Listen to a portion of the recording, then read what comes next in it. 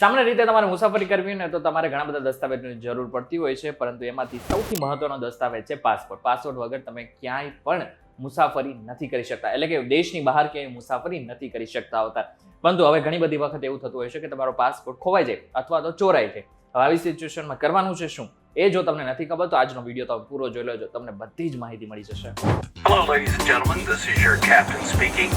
We'll be landing in the airport in just a few minutes. What's up guys, welcome to Way to Videsh. My name is Karan Charuta. હવે મુસાફરીના આ સમયમાં ઘણી બધી વખત એવું આપણે જોયેલું છે, તમે સમાચારમાં પણ સાંભળેલું છે કે પાસપોર્ટ ખોવાઈ જાય છે અથવા તો પાસપોર્ટ ચોરાઈ જાય છે.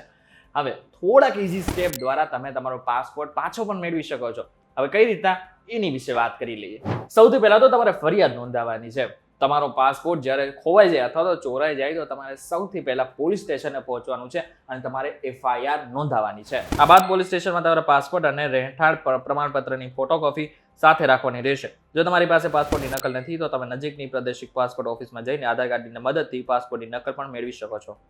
હવે એકવાર તમે FIR નોંધાવી દીધા બાદ તમારે રીઇશ્યુ એટલે કે પાસપોર્ટ રીઇશ્યુ માટે તમારે એપ્લિકેશન કરવાની છે. એપ્લિકેશન ઓનલાઈન કરવાની છે. એટલા માટે થઈને તમારે પાસપોર્ટ india.gov.in પર જવાનું છે. આ પછી તમારે પાસપોર્ટ રીઇશ્યુ માટે પ્રેસ કરવાનું છે અને લગભગ 14 દિવસની અંદર તમારો પાસપોર્ટ ફરીથી રીઇશ્યુ થઈ જશે. હવે એકવાર તમે ફોર્મ ભરી લીધા બાદ તમારે તમારું ફોર્મને એકવાર શાંતિથી સમીક્ષા કરી લેવાનું છે કે તમે કંઈ ખોટી માહિતી તો નથી આપી દીધી. આ બાદ તમે પે ના બટન ઉપર પ્રેસ કરવાનું છે અને લગભગ તમારે 1500 રૂપિયાની ફી પણ ચૂકવવાની છે. હવે 1500 રૂપિયા અત્યારે છે, બની શકે કે આગળના સમયમાં ફીમાં વધારો પણ થઈ શકે, એટલે જે તે ફી તમારે હાલમાં ભરવાની રહેશે. હવે ફી ચૂકવ્યા બાદ તમારે સુવિધા અનુસાર પાસપોર્ટ સેવા કેન્દ્રમાં અપોઇન્ટમેન્ટ બુક કરવાની રહેશે. હવે એકવાર તમે એપ્લિકેશન સબમિટ કરી નાખો તો તમને એક અપોઇન્ટમેન્ટ નંબર પણ મળતો હોય છે. એ અપોઇન્ટમેન્ટ નંબર લઈને તમારે પાસપોર્ટ સેવા કેન્દ્રમાં જવાનું હોય છે. તમારે નજીકમાં પાસપોર્ટ કેન્દ્ર ક્યાં છે એના માટે તમે ગૂગલ પણ કરી શકો છો. હવે જ્યારે તમે પાસપોર્ટ સેવા કેન્દ્રમાં જાઓ તો તમારે એ અપોઇન્ટમેન્ટ નંબર, તમારી પાસે જે રસીદ છે એ, આની સાથે સાથે તમારે બધા જ ડોક્યુમેન્ટ સાથે લઈ જવાના છે.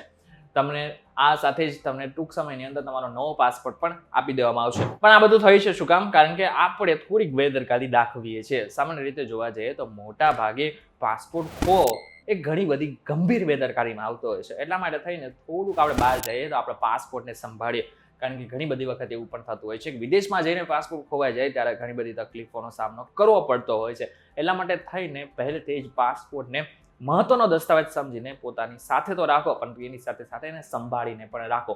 ત્યારે આજના વિડીયોમાં તમે જાણી લીધું હશે કે પાસપોર્ટ ખોવાઈ જાય અથવા તો ચોરાઈ જાય ત્યારે તમારે કરવાનું છે શું. વિડીયો પસંદ આવે તો વિડીયોને લાઈક અને શેર જરૂરથી કરજો. તો આવા જ ઇન્ફોર્મેટિવ વિડીયોઝ માટે અમારી ચેનલ vtvgujarati.com ને એકવાર સબસ્ક્રાઇબ કરી નાખજો. અમારી એક એપ્લિકેશન પણ છે કે જેની લિંક મેં ડિસ્ક્રિપ્શનમાં આપેલી છે, ત્યાંથી તમે ડાયરેક્ટ ઇન્સ્ટોલ કરી શકશો. ફરી મળીશું એક નવો વિડીયો સાથે, નવા કોન્સેપ્ટ સાથે.